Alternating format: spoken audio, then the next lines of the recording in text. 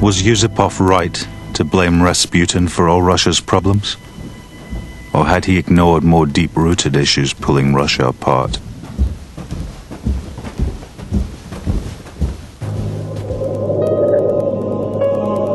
Beyond the Moika, there had existed for centuries a gulf between rich and poor. Yusupov, with his private train, his theatre, his oil fields, lived a life a world removed from the peasants that worked his estates. 50 years before, these mujiks had been serfs, objects he could have bought or sold, living only to work his land. Now serfdom was abolished, but still these people had little. They scratched the soil with wooden plows, grew rye and oats, lived on a diet of cabbage soup.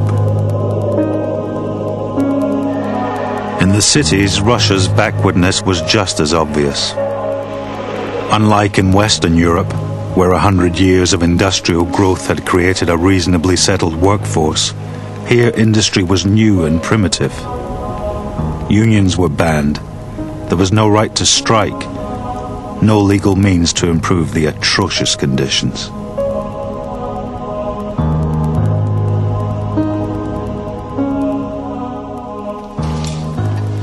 As a young man, Yusupov had visited the slums of the imperial capital. There, he wrote, "All around us the dregs of humanity lay half-naked, drunk and filthy. They quarrelled, swore, vomited. The smell was beyond description.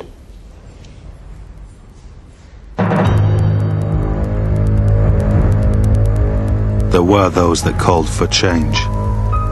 First, the middle class, keen for a voice. They'd been given a parliament, the Duma, in 1906, but it had little real power. Second, more frightening to the old order, a new breed of professional revolutionaries had emerged, struggling to politicize the peasants and workers. But for Tsar Nicholas, change was out of the question. And so long as the army and state police obeyed him, protests would be met with savage efficiency.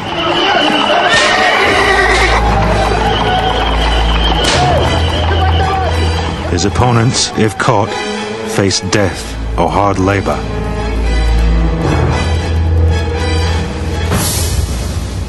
This, then, was the brutal reality Yusupov chose to ignore.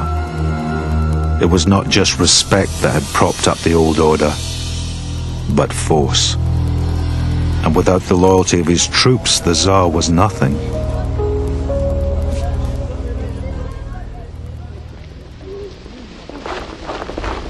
Three years of war with Germany had tested that loyalty to the limits. It began so well. A brilliant advance pushing into East Prussia. But we were fighting the best equipped army in the world. Our troops were underfed, badly equipped. Whole regiments were taken prisoner without even having had a chance to resist. And no amount of heroism, it seemed, could make up for the incompetence of those in command. In the trenches, revolutionary ideas had caught on fast. The professional army had been all but wiped out in the war. Those that had replaced them were mostly peasants, forced to enlist. They listened with interest when Bolshevik soldiers spoke not just of peace, but of the just society that could follow a revolution. Land and bread for all.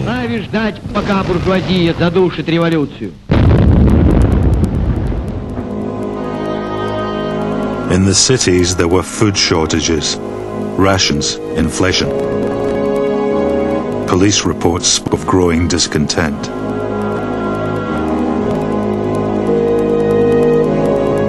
To those suffering, rumors of Rasputin's corruption underlined the gulf between ruler and ruled. But Rasputin was a symptom, not a distinction Yusupov, in December 1916, simply failed to understand. We had laced cakes with poison, cyanide. Enough in each to kill a man, and more in the wine I'd poured him. He was talking of plots, of jealous aristocrats who couldn't bear to think of some peasant at home in the royal palace. All the time, stuffing these cakes into his mouth. He was like a demon, the way it had no effect. So at last, I pulled out my revolver. He was looking at a cross on the table.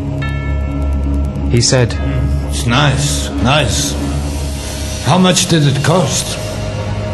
And I said, "Keep your eyes on the cross, Grigori, and say a prayer."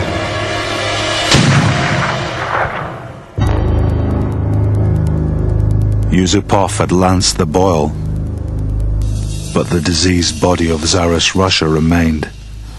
The murder made no real difference. In February 1917, a spontaneous demonstration broke out, a strike against rationing led by women textile workers. From the front, Nicholas ordered force to break up the demonstration. But this time the soldiers refused to open fire. All at once, the fragile nature of autocracy lay exposed.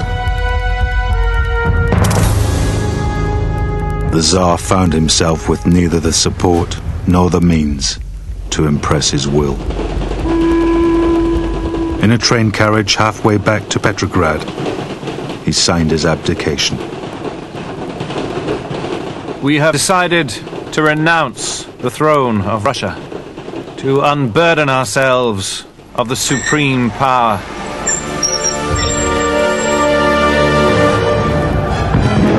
In the weeks and months that followed, Russia began to break down. The Duma, the parliament, set up a provisional government, promising to hold elections soon. But revolution could not be avoided. Workers' soviets or councils urged soldiers and workers to take power and property from factory owners and landlords. Across Russia, the rich found their estates pillaged.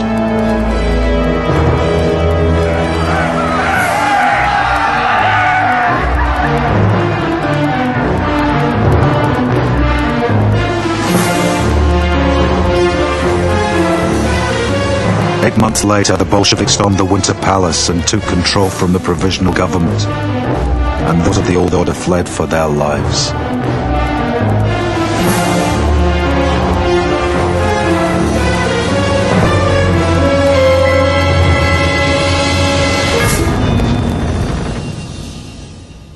For my part, the Bolsheviks came for me.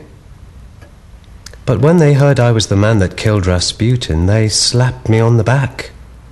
They called me friend, played the balalaika, danced. Here in Paris there are those that still won't talk to me. Rasputin's murder was the first shot of the revolution, they say. Better 1,000 Rasputins than the Bolsheviks. It's nonsense. I know it's nonsense, but the thought haunts me nonetheless.